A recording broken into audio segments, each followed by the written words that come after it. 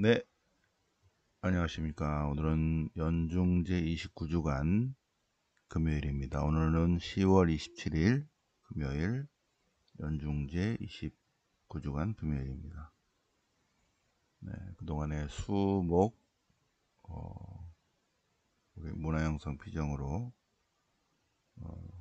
쉬었습니다. 자, 오늘 다시 금요일 앞에 것까지 다 같이 공부를 할까요? 오늘 독서는 로마서 7장, 그래서 6장, 7장 같이 공부하겠습니다. 시편 119편. 네. 네, 이틀 동안 쉬어서 너무 좀 그러셨죠. 네, 그래서 숙제가 없는 세상은 너무 좀 그래, 그죠? 그러셨죠? 네, 매일같이 숙제를 해야 되는데.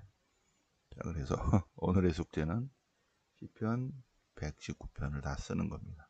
네, 너무 기쁘죠, 그죠? 음.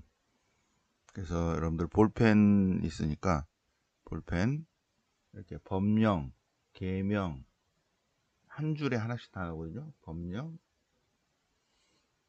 네, 가르침, 당신 규정 이렇게 되어 있습니다. 예, 그런 것들을 빨간 걸로 해서 쭉 써보시겠습니다. 쓰는 글씨 색깔을 까만 걸로 다 하시죠. 저는 파란색으로 해요. 파란색이 좋아서.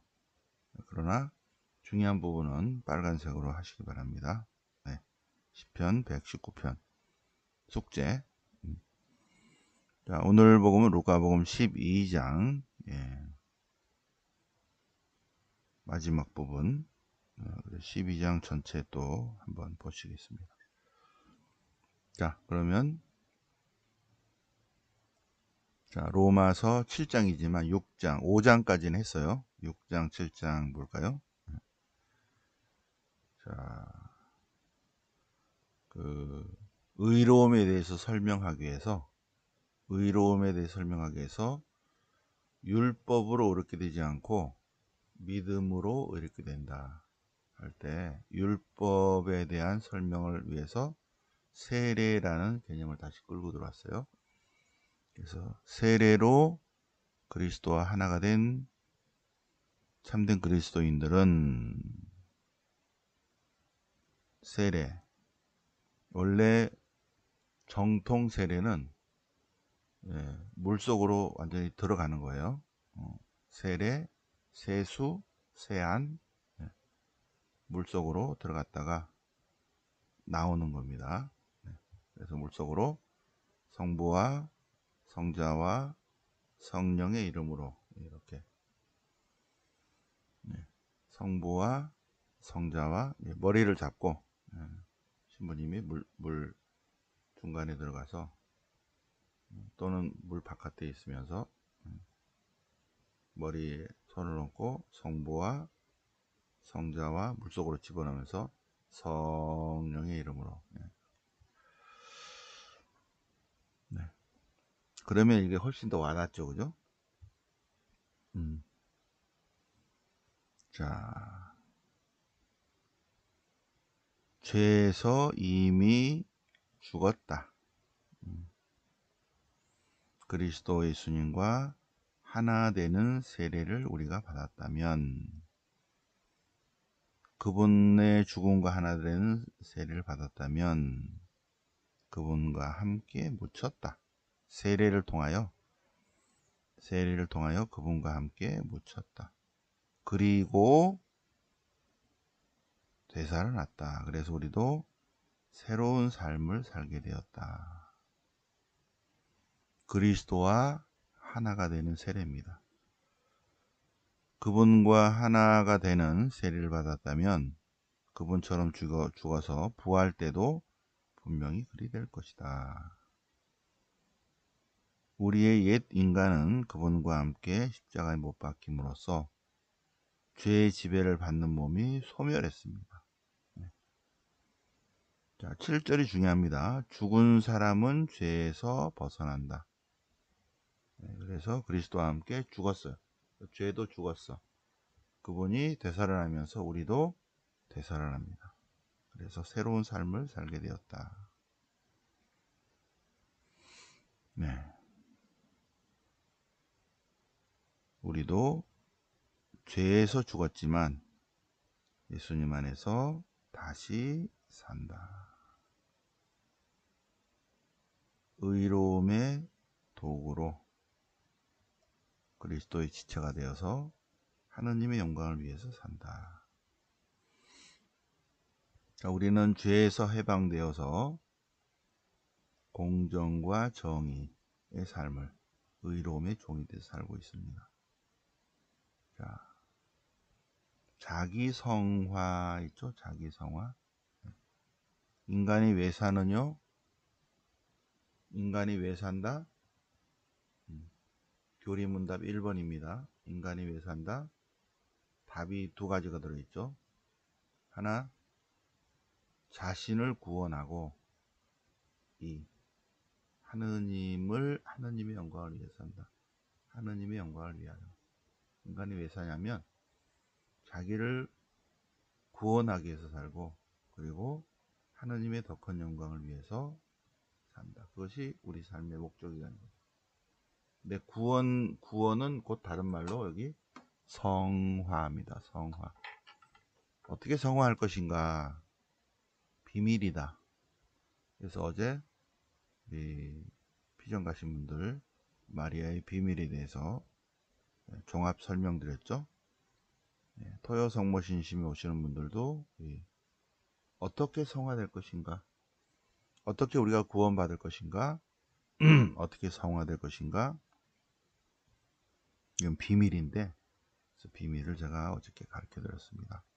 토성이 오시는 분들도 성화되는 방법의 비밀 가르쳐 드렸어요. 네. 우리는 그리스도와 하나가 되는 세례를 받음으로써 이제 우리 몸과 마음과 영혼을 하느님의 공정과 정의에 바쳐서, 그래서 우리가 성화되도록 한다. 네. 죄에서 해방되어서 주님의 종이 된다는 것은 점점점 성화다. 성화의 끝은 영생이다. 영생이다. 네. 죄가 주는 품삯은 죽음이지만 주님의 은사는 영생이다. 죄가 주는 품삯은 죽음이지만 주님께서 주시는 품삯은 영생이다.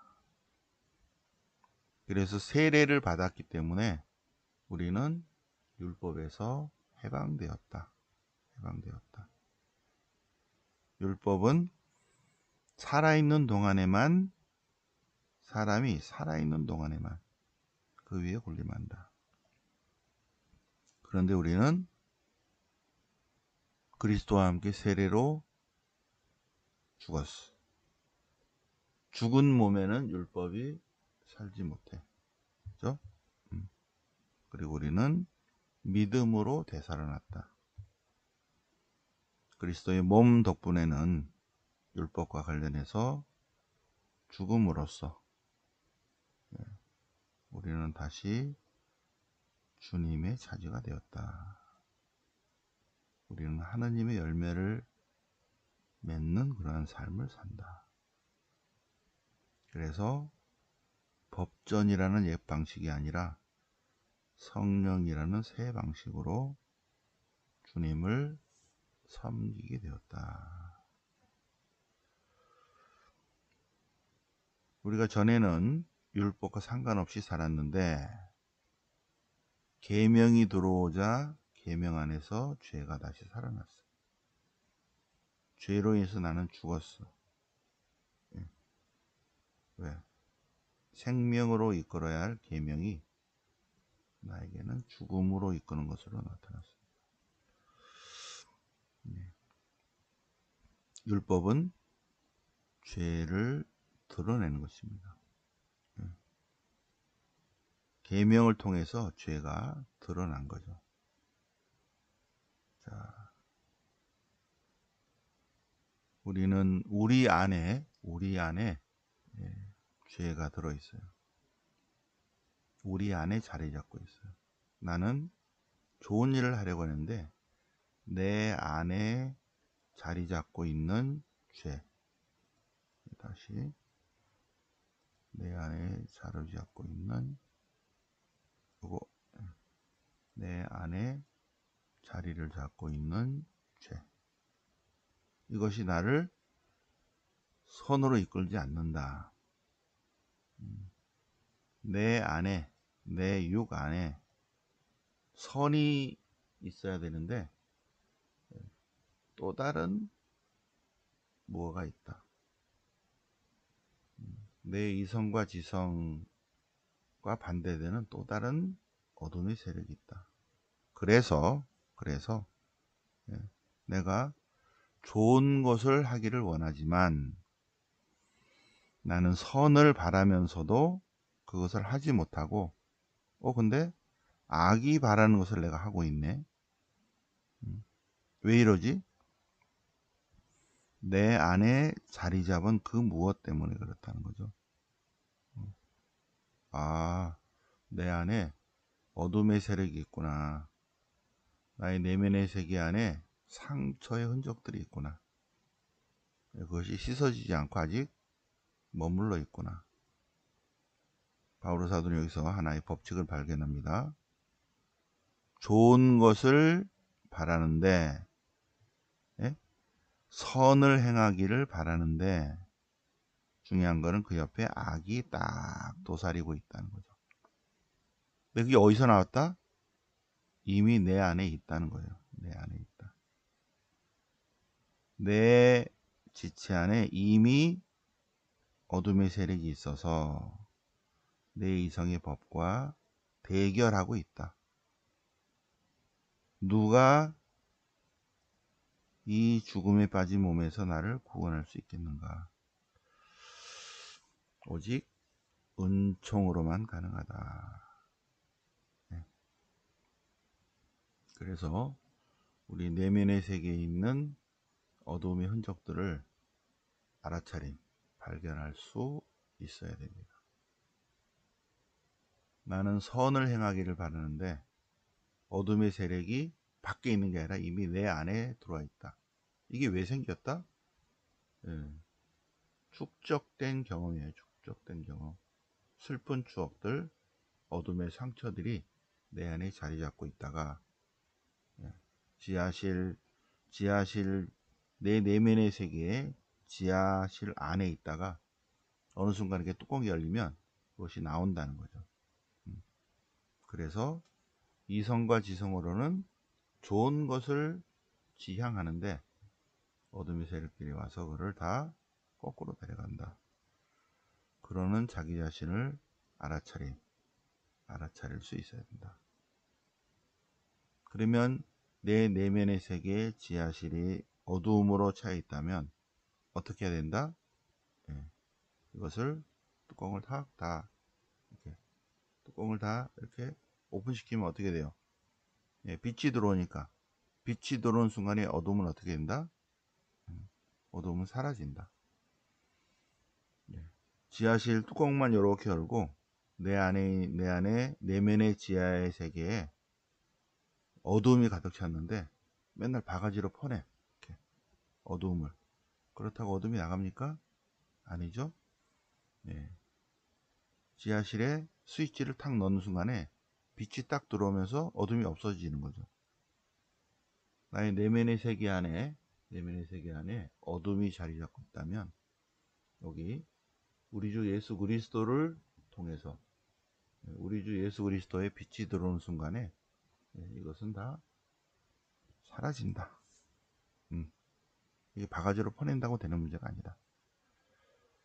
그래서 이치를 알아야 된다. 바로 그것은 주님의 올바른 가르침이다. 그래서 시편 119편 알파벳 시편이며 토라 시편입니다. 주님의 가르침, 이게 빛이죠. 빛. 내 안에 빛이 들어오면 어두움은 한순간에 물러납니다. 복되어라 그 길이 온전한 이들, 복되어라 빛을 따라 걷는 이들, 복되어라 주님의 가르침을 따라 걷는 이들, 복되어라 주님의 가르침을 따르는 이들, 마음을 다하여 주님을 찾는 이들. 그들은 불의를 저지르지 않고 그분의 길을 걷는다. 빛을 따라 걷는다. 자, 여기서 규정, 법령, 당신의 모든 계명, 의로운 법규, 당신의 말씀, 뭐 이렇게 비슷비슷해 한 대여섯 가지 종류가 있죠. 네, 요거는 빨간색으로 써본다.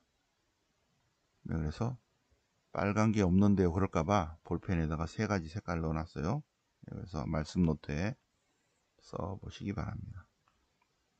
네. 그래서 쓰는 것만 중요한 것이 아니라 이렇게 묵상을 하는 거예요. 천천히 묵상을 하시라고 제가 숙제를 내드리는 것입니다. 네. 오늘 화답성은 밑줄 친 부분입니다. 당신의 계명을 믿으니 올바른 깨달음과 지식을 제게 가르치소서.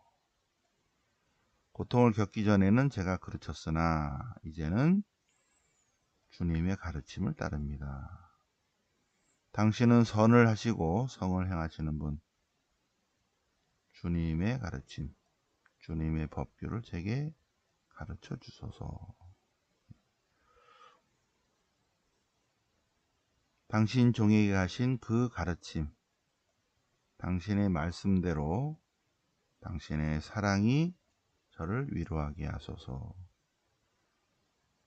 주님의 헤세드, 자비가, 사랑이 제게 다다르게 하소서. 그러면 제가 주님의 가르침에 따라 살 것입니다. 주님의 가르침은 즐거움이기 때문입니다. 영원토록 주님의 가르침, 주님의 규정, 주님의 법규, 주님의 말씀을 잊지 않으리니 주님께서 빛으로 저를 살리셨기 때문입니다. 저는 당신의 것 저를 구하소서. 오직 주님 말씀만 찾습니다. 구약에서는 이게 다 토라예요. 토라. 네, 토라. 자, 그래서 어디까지냐? 네, 오늘 숙제가 좀 많아요. 그죠? 네, 176절. 177이 아니라 17 하나 보자. 176. 176. 네. 그런데 나는 너무 은혜로워. 예, 그런 분은 성무일도 시편을 한 번 더 쓴다. 그죠? 숙제하기 위해서 숙제하지 마시고요. 이거를 묵상하십니다. 천천히. 그래서 야훼의 법을 따라가는 사람들, 당신의 계명을 지키며 당신의 도를 행하는 이들. 그래서 토라 쪽에는 다 빨간 걸로 쓰면서 쭉 한번 천천히 써보세요. 천천히 한번 써보세요. 10개씩만 써서 10개씩.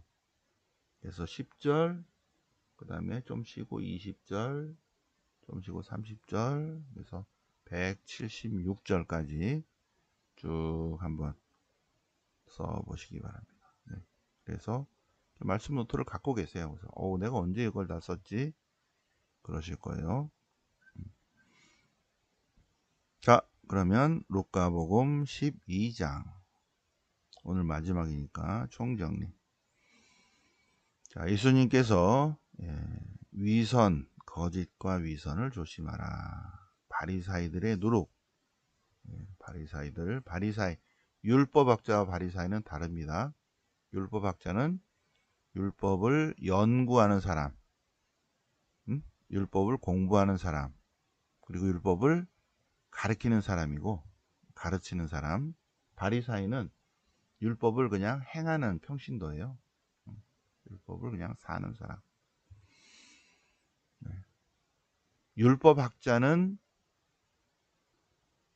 바리사이이기도 해요. 근데 바리사이라고 다 율법학자는 아니다. 오케이? 네. 자, 숨겨진 것, 감추어진 것은 결국 드러나기 마련이다. 세 번째, 무엇을 두려워할 것인가? 그분을 두려워해야 된다. 다른 걸로 두려워하지 말라. 돈이나 권력이나 명이나 쾌락이나 이런 것이 떠나간다고 두려워하지 마시오. 우리가 두려워할 분은 바로 그분이시다. 그래서 그분을 두려워하는 사람은 다른 걸로 별로 안 두려워요. 뭐 돈이나 뭐 이런 거. 돈이 없어도 뭐 명예가 떨어져도 그러려니 하는데, 주님이 절대로 두렵지 않은 사람은 돈이 떠나갔다고 막 드러눕고, 건강을 잃었다고 쓰러지고, 우울증에 걸리고, 네. 하느님 중심의 가치관을 가지면 영안이 열려요. 영안이. 아, 무엇이 중요하고 무엇이 중요하지 않다, 것을 알아차릴 것입니다. 그래서 올바른 가치관을 갖는다면 탐욕, 무질서한 애착에서 벗어납니다. 탐욕. 내가 탐욕을 경계해야지 그렇게 안 하더라도 어느 순간에 아유 별거 아니구나, 조금 불편할 뿐이지, 무질서한 애착에 사로잡히지 않는다는 것, 얼마나 중요한가. 물질적 풍요로움이 생명을 주관하지 못한다. 그래서 어리석은 부자에 대한 비유 예수님께서 말씀하십니다. 영적 파산 선고를 내리시는, 이렇게 많은 소출을 거뒀는데 어떡하지? 통장을 여러 개 만들어야지. 그래서 통장이 많으니까 이제 좀 놀자. 그런 순간에 주님께서, 생명의 주인이신 주님께서 생명을 되찾아 가버려. 그러면 그 많은 것들은 다 무용지물이 된다. 그러므로 하느님 외에 다른 걸로 걱정하지 마라. 우리가 걱정을 만약에 한다면, 구원 못 받으면 어떡하지? 이런 걸 걱정해야죠. 하느님 영광을 위해야 되는데 어떻게 해야지? 그런 걱정을 해야죠. 어떻게 하면 하느님 영광을 위하지? 그런 걱정을 해야죠. 그죠? 그래서 세속적인 걸로 걱정하지 말고, 무엇을 먹을까? 무엇을 입을까? 무엇을 마실까? 걱정하지 마라. 두려워하지 마라. 염려하지 마라. 그런 것들은 이방인들이 찾는 거다. 참 그리스도인은 어떻게 한다? 하느님의 나라, 하느님의 신비, 하느님의 구원계, 하느님의 영광을 찾는 거예요. 그러면 돈이나 권력이나 명예나 이런 것들을 어떻게 한다? 덤으로, 선물로 받게 된다. 자, 그리고 보물을 하늘에 마련한다. 보물을 하늘에 어떻게 마련하죠? 답이 앞에 있죠. 나눔과 섬김, 희생봉사, 사랑의 삶을 살린다. 자선을 베풀어라. 보물을 하늘에 마련하라. 보물이 있는 곳에 마음도 가 있기 때문에, 마음이 하늘에 가 있으면 얼마나 좋아. 그래서 보물을 하늘에 마련해라. 특히 자선을 베풀어라. 그래서 2026년 우리 이제 뭐 봉사활동할 때 와서 실제로 밥도 좀 푸고, 줄도 세우고, 봉헌도 하시고, 그리고 옆에서 기도도 하시고, 그죠? 하시기 바랍니다. 자, 영적으로 깨어 있어야 된다. 영적으로 깨어 있으려면 새벽 시간에도 깨어 있어야 돼요. 절대로 영적으로 깨어 있는 사람은 육적으로도 절대 게으르지 않습니다. 그래서 10시부터 2시까지는 쉬시고 3시부터는 딱 일어나셔서 해 뜨기 전에 다 준비를 하는 것입니다. 그래서 깨어 있어라. 육으로 깨어 있을 때 정신도 깨어 있고요. 그리고 영혼도 깨어납니다. 그래서 깨어 있어라. 등불을 켜놓고 있어라. 기다리고 있어라. 깨어 있어라. 준비하고 있어라. 준비하고 있어라.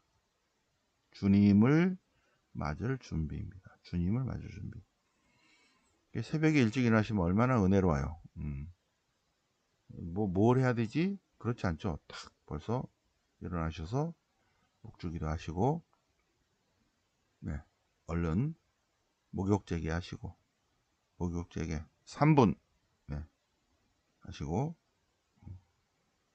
머리를 감으면 시간이 오래 걸려. 얼른 딱 하고, 그리고 미사 할 때 목주기도 딱 하고, 그리고 말씀 공부 딱 하고, 그죠? 자, 충실성에 대한 문제입니다. 충실한 종, 깨어 있어야 된다. 그리고 많이 받은 사람은, 하느님의 은총을 많이 받은 사람은 하느님의 더 큰 영광을 위해서 많이 다시 하느님께 돌려드려야 됩니다. 자, 분열, 부정이냐 정의로움이냐, 그렇게 주님 앞에서는 다 갈라진다. 갈라진다. 맞서게 돼 있습니다. 부정과 정의는 결국은 맞서게 돼 있어요. 점점점 예수님이 우리 삶 안에 들어오면 예수님인 것과 아닌 것이 정확히 더 뚜렷해집니다. 자, 그런 분열입니다. 자, 오늘 복음 시대의 징표입니다. 구름이나 바람을 보면서 비가 오겠다 더워지겠다를 하면서 하늘과 땅의 징조는 풀이하면서 왜 시대의 표징은 알아차리지 못한가. 시대의 징표를 볼 수 있어야 된다. 시대의 징표, 하늘과 땅의 징조가 아니라 지금 세상이 어떻게 돌아가고 있는지, 그리고 나는 어떠한 삶을 살아야 되는지를 알아차려야 된다. 그리고 자기의 삶을 어떻게 살아야 되는지 알아차림. 올바른 가치관을 가져야 된다. 그런 것에 대한 도움을 받는 것이요. 그래서 시편 119편을 써보면 쓴 거와 안 쓴 것과는 하늘과 땅 차이입니다. 그냥 이렇게 눈으로 보고 읽는 거하고, 또 눈으로 읽는 거하고 소리내서 읽는 거하고 다르죠. 눈으로 보면서 소리내서 읽는 거하고 또 쓰는 거하고 다릅니다. 공부는 손으로 하는 거예요. 눈으로 하는 게 아닙니다. 공부는 손으로 한다.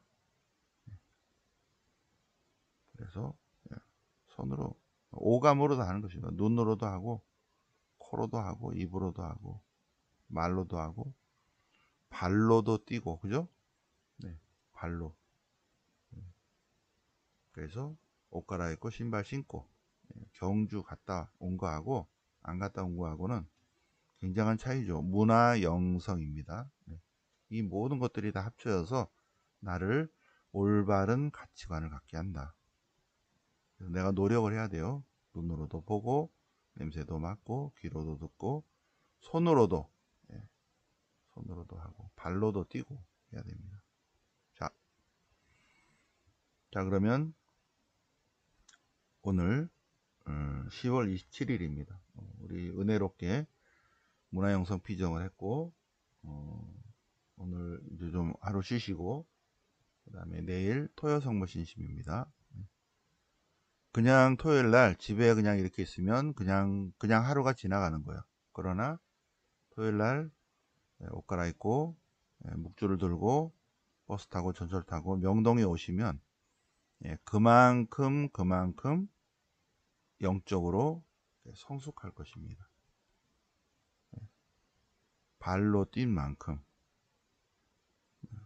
손으로 묵좌를 굴린 만큼, 그래서 토요성모 신심이 온 만큼 올바른 가치관, 영성적 풍요로움이 있을 것으로 믿습니다. 내일 넷째니까 세상을 떠나신 분들 위해서 우리 연도 바치고요. 그리고 위령미사, 합동 위령미사 봉헌하겠습니다.